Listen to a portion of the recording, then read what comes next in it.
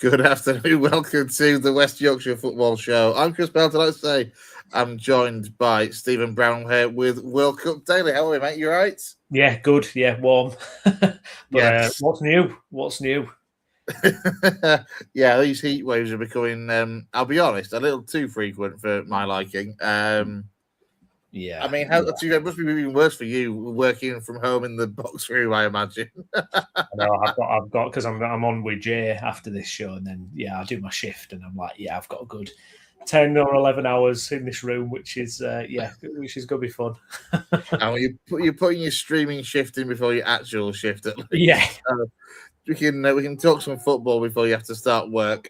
Let's start then.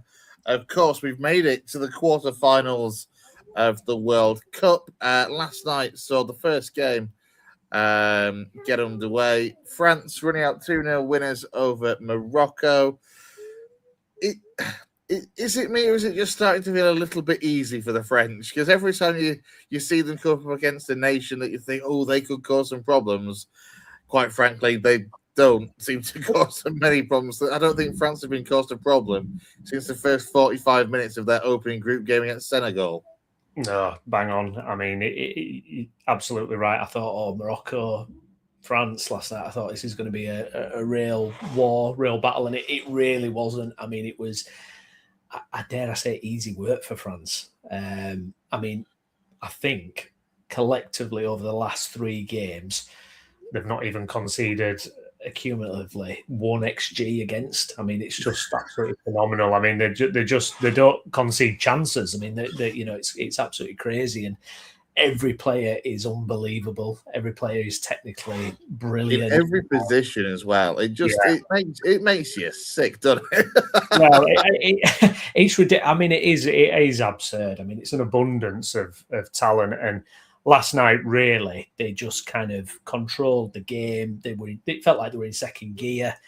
They get the penalty. Mbappe misses the penalty, but makes up for it by scoring an unbelievable goal. And it just felt run of the mill. This is quarterfinal of the World Cup. And it just felt like France were just kind of strolling through. And that's the quality they've got. Obviously, the manager Deschamps, we know this is his last tournament in charge of France.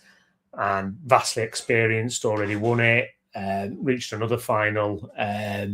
For Morocco, disappointing, I think, to end. I mean, you at least expected them to, put the pressure on and try and create something, but it just never really happened. They had a couple of late opportunities. Diaz wasn't bad, when he was kind of running at France. But apart from that, Morocco offered very little. And this has been a Morocco team that's been excellent, and really, I thought they were going to prove a little bit of a sterner test for France, but they absolutely weren't. It sparked a little bit of a conversation in our group chat last night that, is it just that France are just so much better than everybody else, or is the rest of the world just not as good as it used to be almost? It's a bit of a strange situation to look at, I guess, and to try and work out whether it is just that this France are so far ahead, or actually is international football just not of the level it maybe once was, even 8, 12, 16 years ago, sort of thing, when you go back through tournaments. Well, I think this France team are exceptional. I think if you just look at the players, they'd do well in any era, wouldn't they, really, against anyone? I think what can sometimes happen is you wonder if mentally teams coming up against them are already a little bit beaten. It felt to me like Morocco getting on that pitch last night, it was already, not that they already thought they'd lost, but it was like, it's almost like the impossible task to try and beat France. So you do wonder that just having that mental advantage. We've seen that with, domestic teams, great domestic teams through the years, where they almost kind of win the game before they even step on the pitch because the opposition's fearful and thinking, what are we going to do about X, Y, and Z?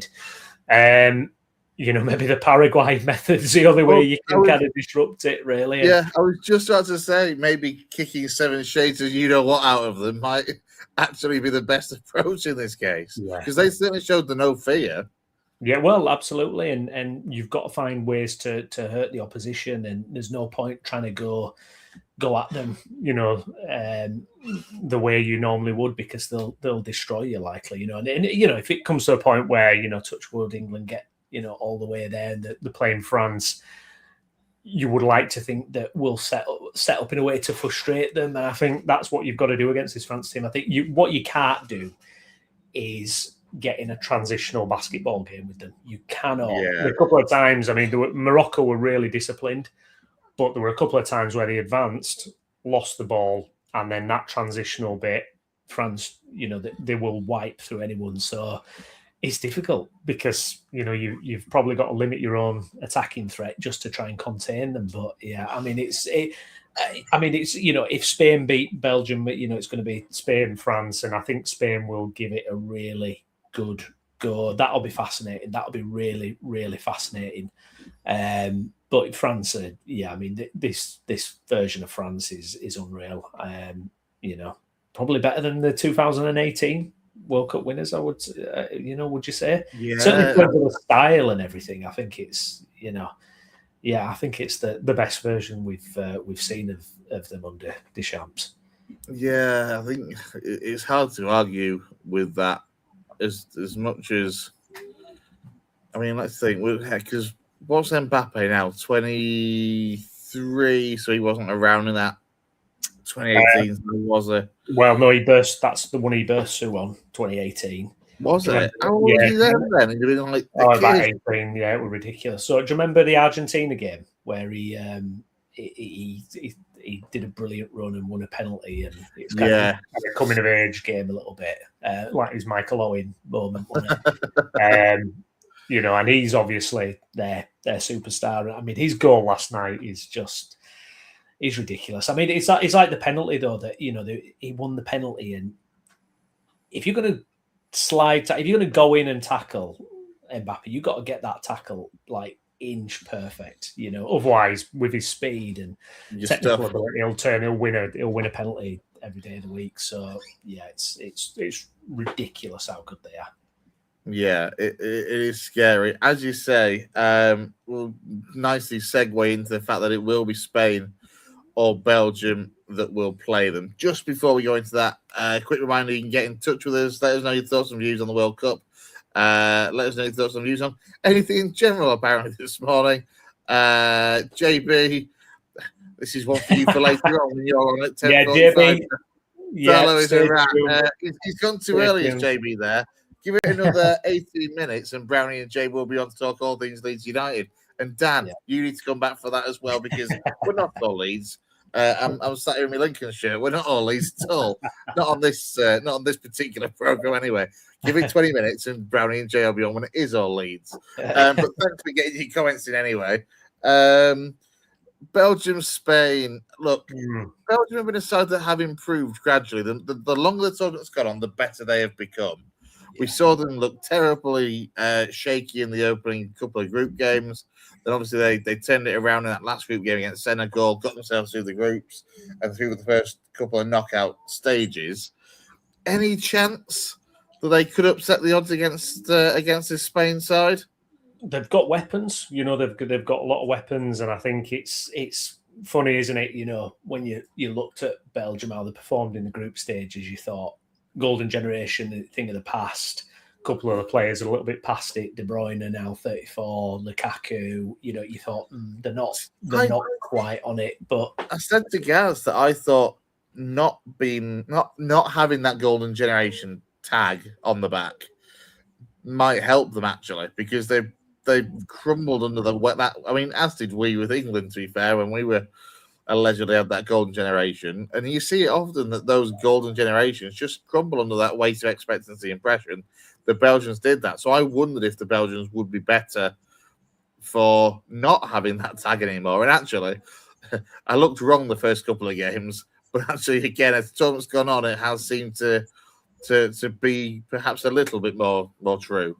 Yeah, no, absolutely. That's that. Like you bang on. We suffered with that, didn't we? Where it was all this pressure and hype, and you crumble under it a little bit, and you just wonder that Senegal match. That turnaround just seems to have kicked them on, and it's funny how it works. Isn't it? Obviously, with the controversy around the States game, that seemed to kind of G them on as well. Really fired them up, didn't it? Yeah, really fired them up.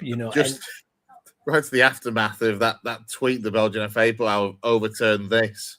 Like, they were really as if you couldn't be fired up enough for a round of 16 knockout game in the World Cup. That really added some petrol to the fire. Yeah, big time, absolutely big time. And you never know. It could just be coming together for Belgium. They've certainly got the weapons to hurt Spain. They've absolutely got the weapons to hurt Spain. We know how good, obviously, Spain are, though, and against Portugal, who were largely in control, they'll be looking at, trying to win this competition. They're obviously one of the favourites as well.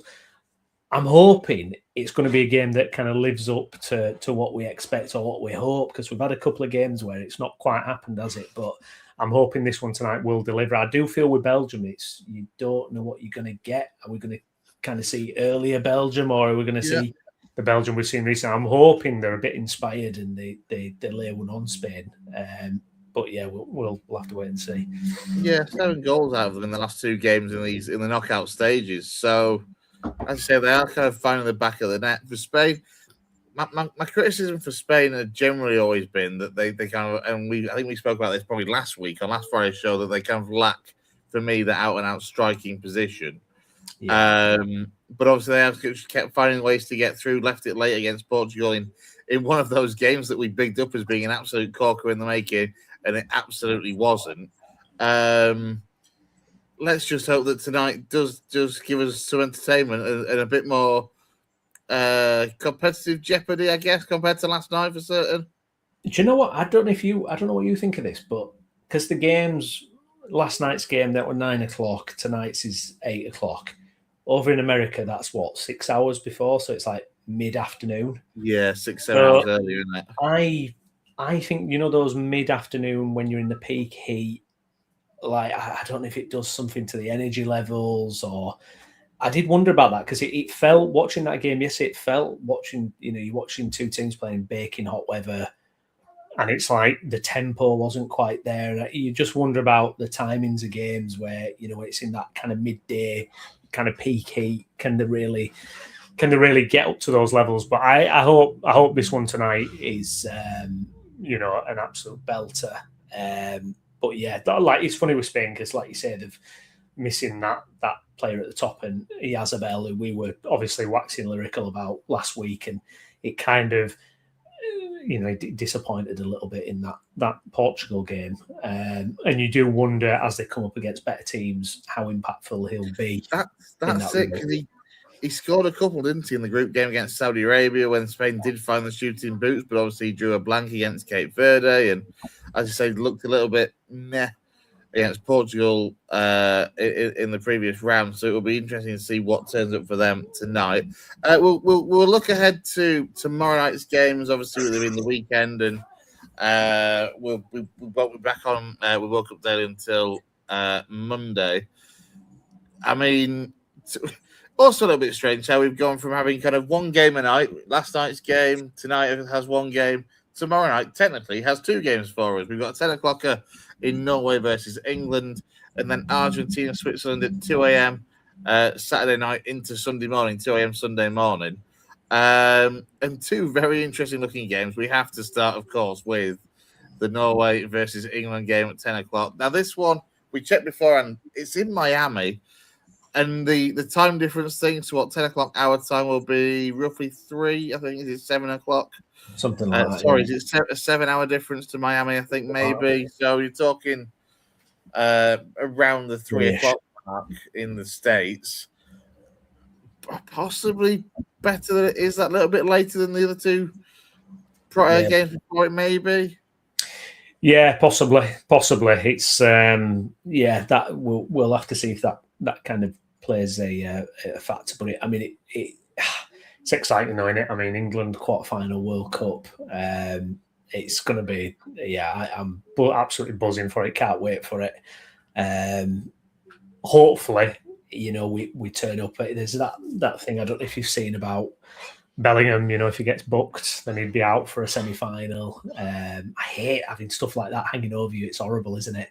And obviously Quansah, he's got a 2-game ban, hasn't he? So make sense of that from certainly after the American situation. Oh, God. I was rather cross, to say the least, when that news broke last night. I was like, just how can they have a situation where a red card for Balogun is overturned for...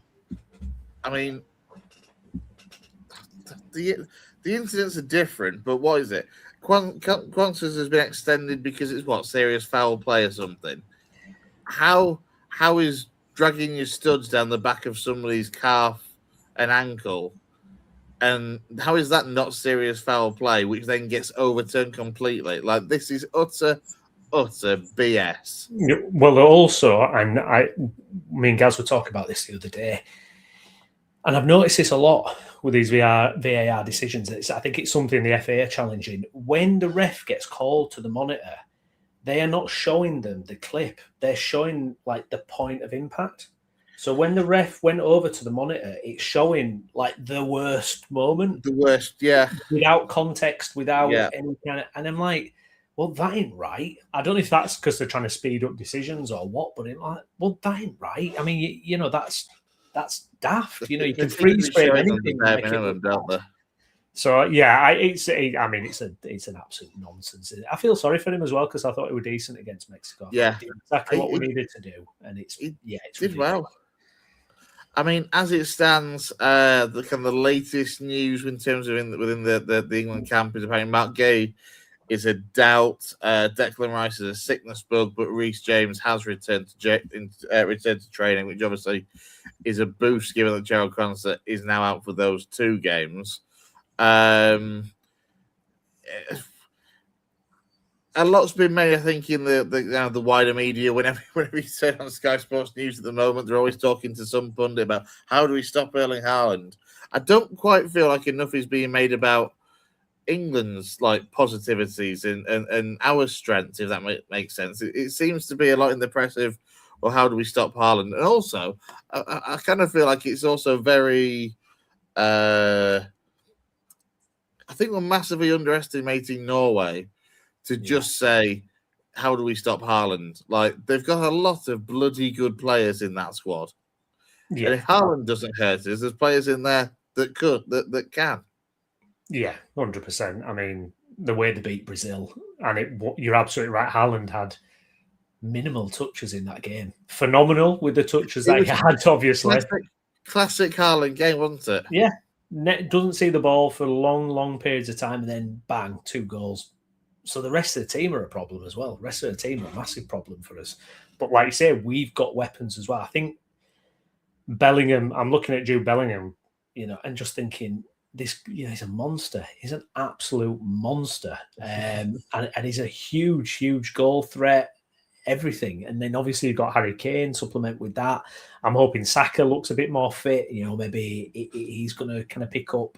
Gordon was excellent. I mean, if Gordon can put in another performance like that, fantastic. But, you know, we do have the options, Madueke, Rashford as well. So, we've got options to change it up. So I'm positive. I mean, I'm going into it thinking it's going to be a real ding dong of a battle. We've also got the benefit. I mean, what will it be? Stones then coming in at the centre back if Gay's out, do we think? You would think so, yeah. He knows Haaland, he knows everything about him, he knows inside out. And that could be the thing that works against Haaland. The fact or Dan Burn. Because I think you mentioned it to possibly Gaz earlier in the week. I think it was on the show with Gaz I was talking to him about the fact that after the Mexico game, the topic of Haaland had already come up in the post-match, and I'd seen a clip somewhere on social media or whether the BBC put it out, and basically it's just the highlights from Newcastle versus Man City last season of Dan Burn consistently getting the better of Haaland in the air, positionally, getting challenges in, maybe after a brilliant cameo off the bench on Sunday night, Monday morning. Maybe it's Dan Burn's time to shine. Yeah, well, I think the good thing is as well, I think with Tuchel as well, you never know. He probably might not even be opposed to doing something like that. He's not afraid to make it. If he thinks it's the right call, he'll make it. I love that. Yeah, I absolutely love that flexibility. I really do. I mean, I was always a Thomas Tuchel fan when he was appointed to start with. I always thought it was a good appointment. But I think the way that, and obviously when it comes to a World Cup, you see a lot more of the squad. You see a lot of the footage in training. You see a lot more of the footage in the dressing room and kind of how they are as a collective unit. And I think actually he's leading this unit really, really well. There seems to be a really good spirit in there. And even as a foreign manager, he seems to be fully immersed in it, sort of thing. He is part of the group. It's not like under Capello, where it was very much a kind of him and the squad. It's not even possible probably with Sven back in the day, sort of thing. And Sven, I thought, was always very personable and likable. Yeah. But even, maybe the game's just changed a lot over in that 20 plus years. But, Tuchel seems to be really at the heart of that squad and, having a laugh with the players. And when they did that, the kind of the fake John Stones shoulder injury the other day after the Mexico game, that sort of thing. Tuchel seems fully on board with it. Yeah, absolutely. And you're right, it shines a spotlight on that stuff that you don't really get to see, and little clips like that in the dressing room, and when you see him celebrating the Bellingham second goal and things, you go, he absolutely is so involved. I love his media handling as well. I love how he takes questions, how he deals with the media, because all that side of it is really important. And he's got the decision making as well. He's got the decision making on his side as well. Now he's still got to he's been brought in to win, is it? Certainly, that's why you get someone like him. He's there. Southgate did absolutely unbelievable. He changed, the whole perception. The 2010s were dire until Southgate arrived as an England fan. Absolutely dire. We'd had 4 or 5 tournaments where it was woeful, and he completely changed it. And it's almost like Tuchel's now. Can he finish it? Can he kind of finish what was started then? Can he get us over the line? And so hopefully he can. But I love it. I think he's done brilliantly well. I think he gets the group. He understands it. You're spot on about the Capello comparison. That just never felt like it gelled or anything. No. And hopefully he's the one to do it. I don't think you can really, for this kind of situation, do better than a Tuchel, can you? Really? I don't think there's anyone. I don't think I'd swap him at this point for any other manager in world football. Really, I mean, to deliver in this kind of situation, because it's funny. I mean, he's imploded at clubs at club level. Chelsea kind of implodes. I mean, it often does for managers anyway, doesn't it? He always starts off doing really well for give or take 2 years, 2 seasons, and it'll be a successful 2 seasons. And then, as you say, not just like falls apart, but just explosions, like walking out of training grounds with explosions and bombs going off behind him and the works. And whereas at international level, I guess, and I said this all along, actually. I remember Lou was a little bit skeptical when he was appointed because of that. But it's the difference is that contact time is so much less. Yeah. You don't have that every day working with people where there's where fallouts can happen easier almost. So I think he's handled it really well. It'll be interesting to see what happens. Whatever happens from here on out, I wouldn't change him for the Euros in 2028. I know the contract was extended. And look, I might say this before a humiliating 4-0 defeat to Norway on Saturday, but I think I would still stick with him and give him that Euros qualification, and then the Euros, because it's a home tournament in 28 as well. It's across the United Kingdom on the whole, so there's a chance to bring it home at home. Well, for the Euros at least, and see what happens from there. It's going to be interesting. Look, a very quick word on Argentina and Switzerland before you need to get off. To get your lead show underway. Again, Switzerland, Colombia, another game that I thought was going to be quite entertaining, and they just cancelled each other out in the dullest possible way. But we've seen Argentina have their weaknesses. We've seen them concede against Cape Verde. We've seen them concede, a 2-0 lead to the Egyptians in the last round. Could Switzerland be the side that could get themselves ahead and be organised enough to not implode? Yeah, I think so. I think if they can nudge in front, I think there'll be a much different prospect than Egypt and Cape Verde. I think,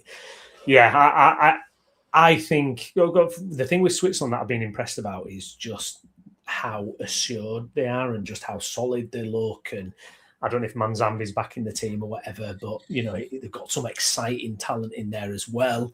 They could really hurt Argentina. I think the thing with Argentina is they've got that kind of spirit about them, though. It's never say die. Yeah. And they've been involved in some thrilling games. They've got a genius, obviously, up front who can, pull something out of nothing. What? Lautaro Martinez? Yeah, exactly. The other fella. But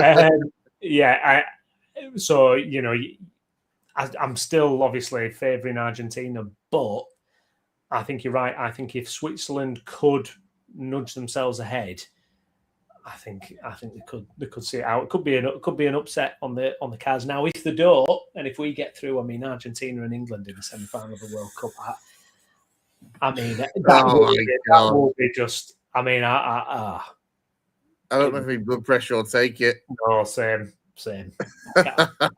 I can't look too far ahead though. We've got to get through this weekend, but hopefully a good game. Hopefully Noah Rocafort makes it onto the pitch this time. Noah Rocafort to get the winner. That'd be nice.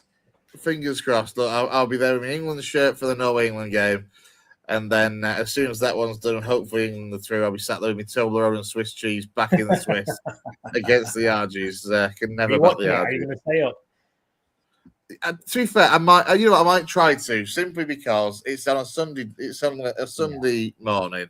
It's not as bad. I don't need to be up for work, and also it's the last one that is at this time. It is the last middle of the night game of this World Cup. So I think I'll try and stay up for it. I'll see. You say it now. You'll be tempted. You'll be in the group chat all of us on after the England game. Hopefully, well, that's it. Yeah, if everyone's buzzing, because that by the time you come back to earth with that, it'll be time for that game. So yeah, you might be right there. Excellent. Right, I will let you get off. We will wrap it up there. Lads, do join Jay and Brownie in. Well, as soon as he's got off this, he'll be starting the next one. He'll be with us in the next 5 minutes or so with the Leeds United latest show here on the West Yorkshire Football Show. Brownie, thanks for joining me, mate. Yeah, no worries, mate. Thank you.